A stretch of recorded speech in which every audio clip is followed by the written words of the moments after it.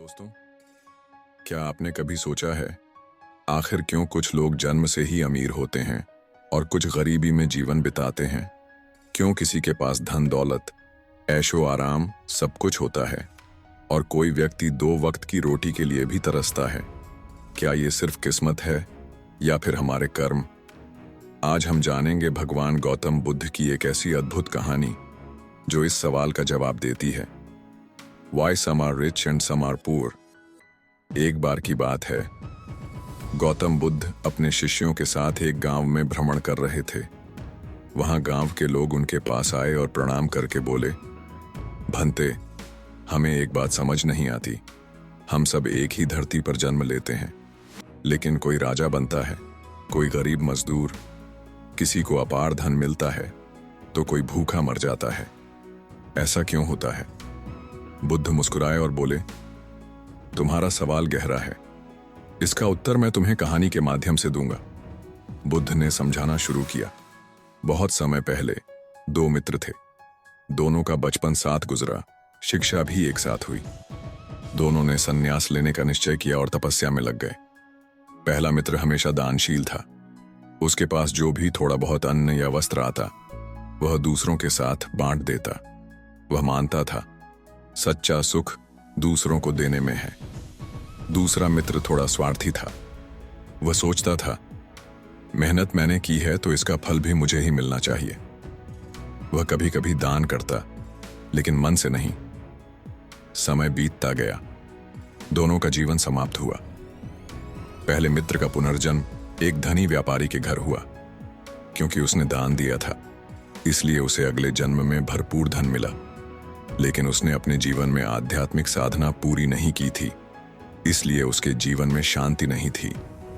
दूसरे मित्र का जन्म एक गरीब परिवार में हुआ। क्योंकि उसने दान नहीं किया, इसलिए धन की कमी रही, लेकिन उसके भीतर साधना और संतोष का बीज था। बुद्ध ने कहा, धनवान और निर्धन होना सिर्फ इस जन्म की मेहनत पर नहीं, बल्कि पिछले जन्मों के कर्मों पर भी निर्भर करता है। जिसने दान दिया, करुणा दिखाई, दूसरों की मदद की, वह अगले जन्म में समृद्ध होता है। जिसने स्वार्थ, क्रोध, लालच और केवल मेरा मेरा सोचा, वह अगले जन्म में अभाव झेलता है। लेकिन याद रखो, ये सिर्फ भाग्य का खेल नहीं है। हर क्षण तुम्हारे कर्म तुम्हारा भविष्य गढ़ते हैं। बुद्ध ने आगे समझाया, किसी का अमीर होना और गरीब होना कोई सज़ा या इनाम नहीं है, बल्कि पिछले कर्मों का परिणाम है। और आज के कर्म तुम्हारे आने वाले कल का भविष्य बनाएंगे। दोस्तों, इस कहानी से हमें 3 बड़ी बातें समझ आती हैं। 1. कर्मों का सिद्धांत, लॉ ऑफ कर्मा। आज हम जैसा बोते हैं, कल वैसा ही काटते हैं। अगर आज हम दया, प्रेम और मदद के बीज बोएंगे, तो कल हमें सुख, शांति और समृद्धि जरूर मिलेगी। 2. दान का महत्व धन तभी सार्थक है जब वह दूसरों की भलाई में लगे। बुद्ध ने कहा, दान से धन कभी कम नहीं होता, बल्कि बढ़ता है। जिसने जितना बांटा, अगले जन्म में उसे उतना ही लौट कर मिलता है। 3. संतोष और शांति सिर्फ अमीर होना ही जीवन का लक्ष्य नहीं है। धन के साथ साथ अगर संतोष और शांति नहीं है, तो इंसान हमेशा खालीपन महसूस करेगा। अब सवाल यह है, क्या हम अपना भविष्य बदल सकते हैं? जी हां, बिल्कुल। अगर हम आज दूसरों की मदद करें, अगर हम जरूरतमंदों को दान दें, अगर हम क्रोध, ईर्ष्या और लालच छोड़ दें, तो आने वाले कल में हमारी जिंदगी बदल सकती है। बुद्ध ने कहा, गरीबी और अमीरी तुम्हारे कर्मों से बनती है। अगर अमीर बनना चाहते हो तो सिर्फ धन कमाने से नहीं, बल्कि पुण्य कमाने से अमीर बनो।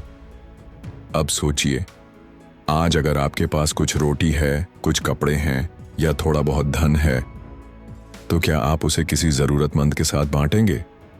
क्योंकि वही छोटा सा कर्म आपके अगले जीवन का बड़ा भाग्य तय करेगा। तो दोस्तों, गौतम बुद्ध की इस कहानी से हमें यही सीख मिलती है।